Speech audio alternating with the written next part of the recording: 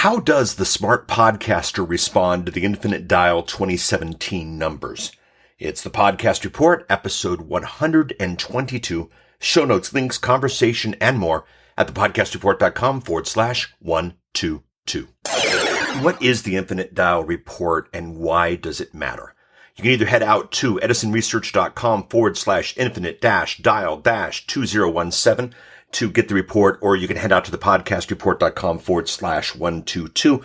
And I've got a link to the article and slides as well. Disclosure. The Infinite Dial is put on by Edison Research. One of the major elements of this is Tom Webster from Edison Research. I like Tom Webster. I consider Tom Webster to be a friend, definitely an associate. And the fact of the matter is, I'm a fan of the company and I'm a fan of what they're doing. And some could say that prejudices my presentation, but hopefully you'll see here that that isn't the case. I think the Infinite Dial is incredibly important to podcasters as we make the transition into this niche space, into the mainstream. And I'm really excited about it. Before we go any further, this episode of the Podcast Report is brought to you by How to Podcast Training. Who else wants a master class in podcast training?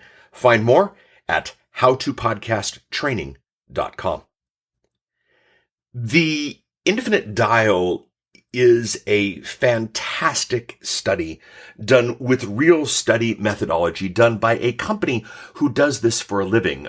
Look up Edison Research, look up Triton, look up these guys, and you'll find that these are not the random blogger who put up a survey at their website, or someone who asked 5 of their friends, or even worse, an organization with a specific tech or a specific message to sell. This is real research done by real research agencies to get us some real numbers and some real information.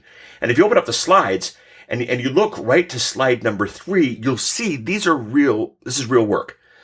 2,000 people in a national telephone survey, landline, cell phone, English, Spanish, data weighted to 12 plus population figures. This is the type of statistical sampling that gets you real numbers. Now, I'm not a numbers guy. I did have a political science degree and I did take a couple of classes in polling, and I know a bit about this space. The fact of the matter is these guys are doing it right. I love data. I love raw information. I love gathered information and even assembled information, if you will. But this is data from a good, raw, statistically viable sampling. And this is really, really important. So if you keep going through the slides, one of the things that's really interesting is smartphone ownership. It's just a couple slides in.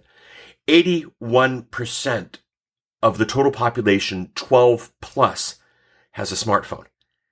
This is 4 out of every 5. This is more than 4 out of every 5. And of course, if you take away the sampling that's obvious, my parents are at a point where a smartphone doesn't make sense. Too many buttons, too many choices, too many ways for things to go wrong. They have dumb phones.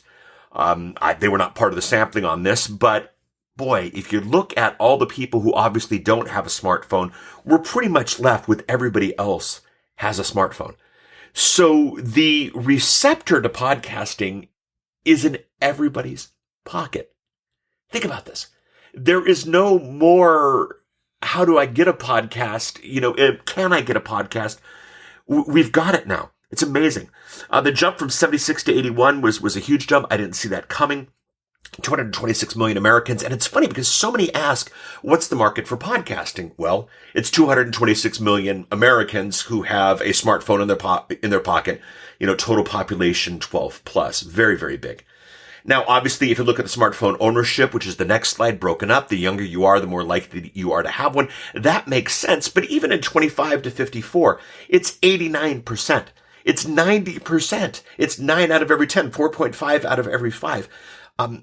We have smartphones now. It's no longer a question. That is just a thing. Tablet ownership, not that interested in it.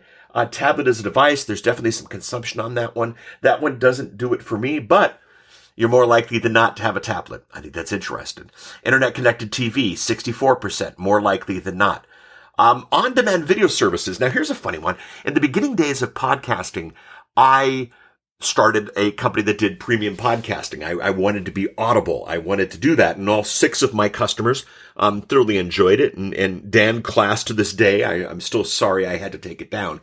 But the fact of the matter is 58% of the country is willing to pay for content. This idea that we don't pay for content on our devices is ridiculous. Americans are more likely to pay for content than not pay for content. And that's 12 plus. Don't give me this millennial nonsense. The on-demand video service last week, not that big of a deal. Smart speaker awareness, not that big of a deal for me. Although we've built, and you've heard about it, we've built an Amazon app, which they call Skill for the podcast report. You can say, Alexa, enable the podcast report. I hear other organizations are coming out with it. I think this is going to be an interesting place. Let's jump to the online radio slides. Fascinating. 61% of the population, 12 plus, goes to monthly online radio. 170 million. Now, Paul, online radio isn't podcasting. Correct. Absolutely. But online radio are people who go to their device, their computer, their tablet, their smart speaker to get internet audio that they couldn't normally get over the radio, the regular radio waves. More likely than not to go to the internet. They have a smartphone. We have the audience. We're at this amazing convergence of what's going on right now that just sets us up for nothing but success. 12 to 24, 87% monthly online radio, 87%. Again, almost everyone. And even at 25 to 54, 70%. The population has the device to listen to podcasts and has the tendency and the traction to listen to podcasts. Weekly, if you go to the next slide, 12 plus, 53%, 148 million. The numbers are crazy. So if you keep going down the slides, I don't want to hit all of these. Here's an interesting one. Online radio listening in the car. Okay, now 93% of these people own a cell phone. 40% of them have figured out how to connect their device to the car. Now, we've been saying since day one that the podcast population is the millions of Americans. They actually have some numbers on this that drive by themselves to and from work, and all you have to do is be better than drive time. Well, the numbers from the Infinite Dial 2017 is 40% have figured out how to get this connected in their car. And yes, not everybody has Bluetooth. Yes, not everybody has a smart system. Not everybody has Google Play or AirPlay or whatever the car devices are, but they're listening in the cars. Now, when you look at audio brands, I don't want to go too deep into this, but I'll tell you this. The audio brand that's winning by far, if you look everywhere, is Pandora. Now, Pandora has a couple of interesting advantages to it. Pandora is definitely a known entity, definitely first mover advantage, definitely some interesting things. But if you look at Pandora, and I think this is really interesting, Pandora is, you tell Pandora what you like, and Pandora makes the content for you. Hey, Pandora, I like 80s. And then Pandora picks whether or not I get to listen to the Police, or whether I get to listen to Huey Lewis in the News, or whether I get to listen to Michael Jackson. It does that based on my likes. We've been trying to figure out how to do this for podcasting for a long time. Stitcher has tried to figure out how to do this. We're not there yet, but man, if you look at the success of Pandora, followed by Spotify, these are the ones who are giving us the content we want based on what it is that we're doing. We're in an interesting place. Now, Pandora has gone down. If you look at the audio brand most used often, it's gone from 54 to 40% over the last couple of years. And if you look at the others have increased. It's expanding out. But I want you to think about, is your podcast ready for a database that says what it's about, that feeds to people where they give it the thumbs up and the thumbs down? This is why I start every episode of the podcast report with exactly what the episode is about, and a very short audio blip. We call them the transition tone here, because we want to get directly to the content. I think this is important. I think we're seeing that the world wants it.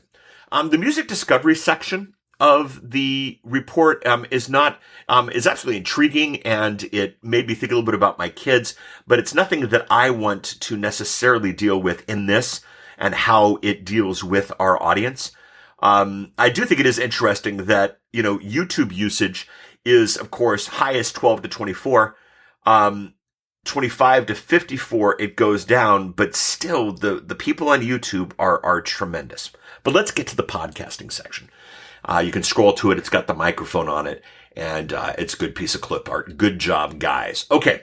Podcast familiarity in 2017. 60% of the population, 12 plus, is familiar with podcasts. Done.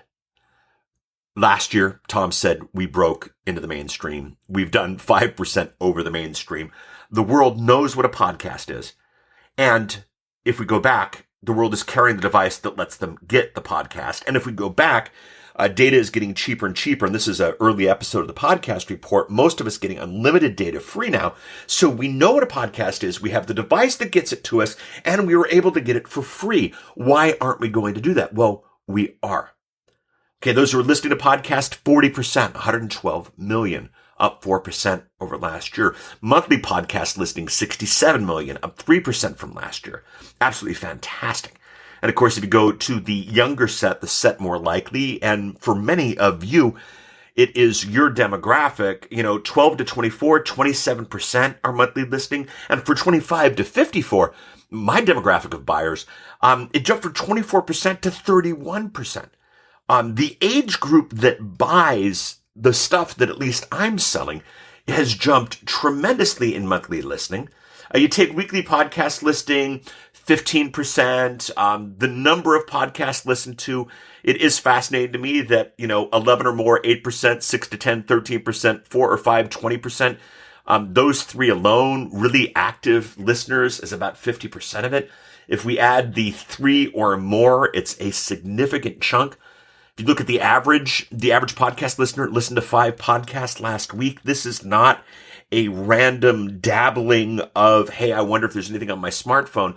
These are people who like this. Now, head to the slide. The device used most often to listen to podcast.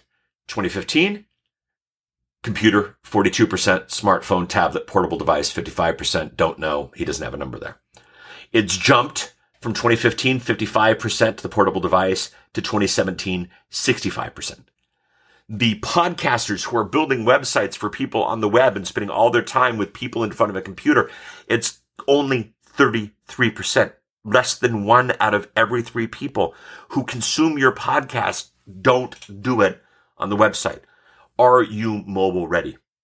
Now, it's interesting. Podcast listening locations, 80% at home, 47% car and truck. At work, 29, walking around, 28, gym, 20%, public transportation, 19%. These numbers flick over. People can pick multiple ones. But boy, at home, portable device, speaks to the smart speaker, speaks to the tablet, speaks to the phone, speaks to home Wi-Fi for people who are worried about data costs. Very, very interesting. He charted that up. Some interesting stuff. Method of listening to the podcast. Now, this is huge. I have spoken to, we have discussed, you have interacted with me about the methods of listening to podcasts. And no, you haven't talked to me about the methods of listening to podcasts. You've talked to me about, well, if they download it, I don't know how far they've gone. Well, here's the thing that's interesting. 77% of the people who click on a podcast listen immediately. 47 listen later. Only 27% subscribe. Now, I still speak to subscribing as powerful. And subscribing is powerful, and those are your power audience. And if you haven't subscribed to the podcast report yet, please do so. thepodcastreport.com/iTunes if you want to subscribe on iTunes. thepodcastreport.com/Stitcher if you want to go there, /Google if you want to go there, /TuneIn if you want to go there. I don't care. But the average listener clicks and plays. So this idea that we don't know who's playing, well, we do know. And it's statistically viable, and we've got a better chance of them listening to our podcast that they've downloaded than we got them looking at our website or reading our book or seeing our ad, or hearing our ad or, oh my goodness, fantastic stuff.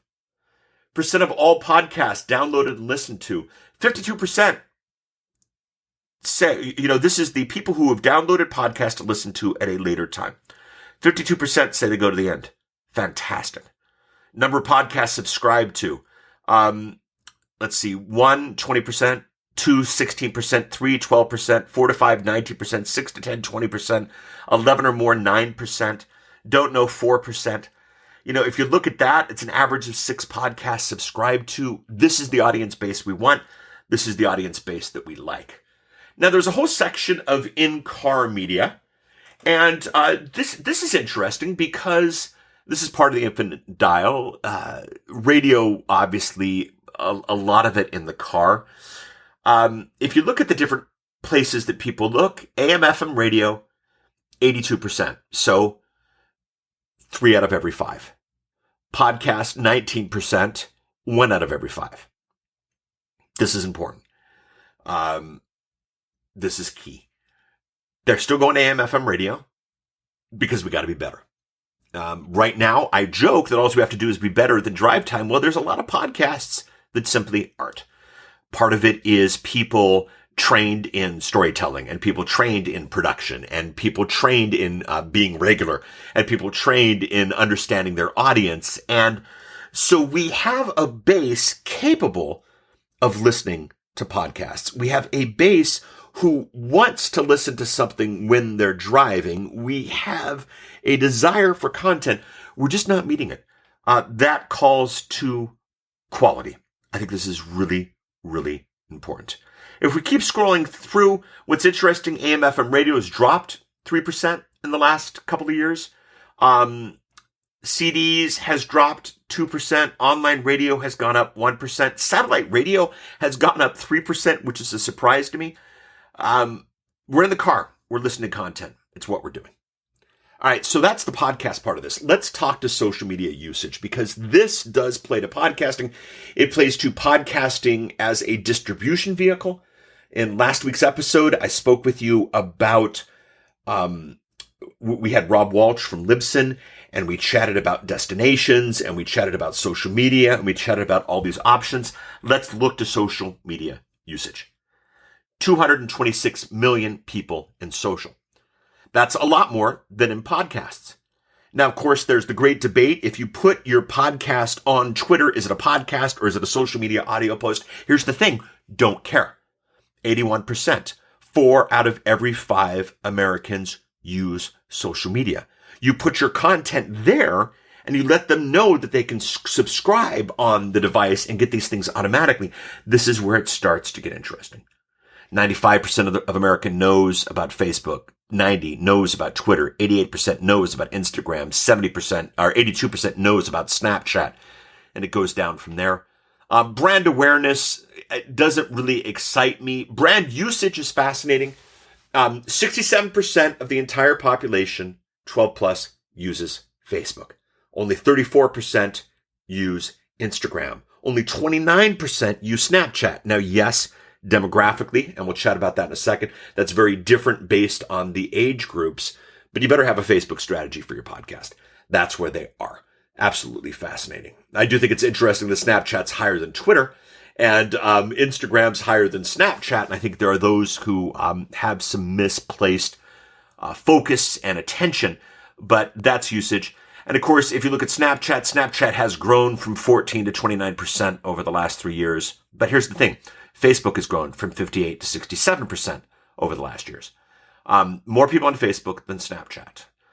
If you look 12 to 24, Snapchat 79, Facebook 76. So in 12 to 24, Snapchat wins. But here's the thing.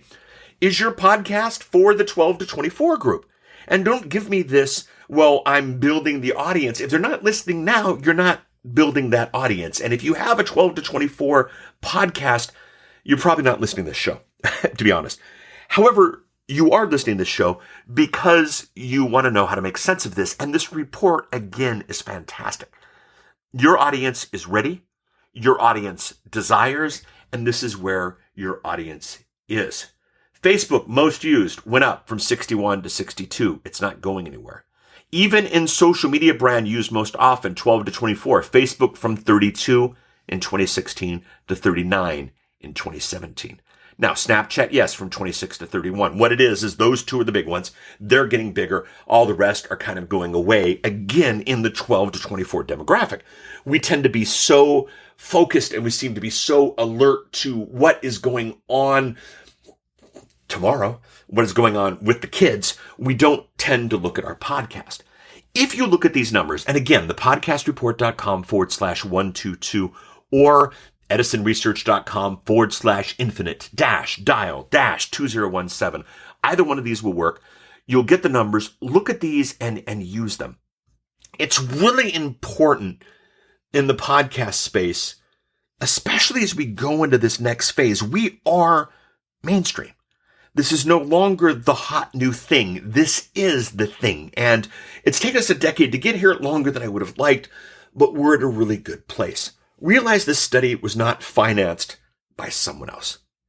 Realize that this study, was financed by Edison and Triton, but it wasn't financed by somebody who's trying to sell us a specific microphone or a specific podcatcher or someone who's trying to prove their point by buying research. Obviously, they paid for this. Obviously, Tom needs to be able to afford his biscuit habit. If you don't know Tom's biscuit habit, you need to follow that boy on Instagram. But the fact of the matter is, it wasn't financed by someone else to prove a purpose, wasn't financed to prove a thing. It's raw numbers that we can utilize. And I think even more important, this report isn't about feelings. So many podcasters go, well, I really feel that, or I don't like that, or the people I talk to blank. That's great. But your show is a niche. And it's funny, the more tech-oriented the podcast, the more I'm nerd, and I can speak nerd with the best of you. I can geek out with those who have that kind of podcast. But the mainstream isn't worried about feelings. The mainstream isn't worried about what you think. The mainstream is, in fact, the mainstream, and we've been given this connection to it. And now we know what to do about it, and it's absolutely fantastic. We are now in the real world of podcasting. We need to act like it. The tools we have, Infinite Dial Study, tells us where we need to go. The smartphones are in our audience's hands. The industry is moving to unlimited bandwidth. We've got the stats in this report to know what they like, what they don't like. We can do this. We will do this. I predict what's going to happen. And I think this is key. You can do two things with this numbers. You can go, oh, it's just some Boston educated higher up who likes bar graphs and gets paid to do that kind of thing. Or you can say, wow, the study has been done. The research is here, and I can use these numbers to build a better podcast. If you want to build a better podcast, if you want to do real business with your podcast, and by the way, you wouldn't be 23 minutes into this podcast and not wanting to be there.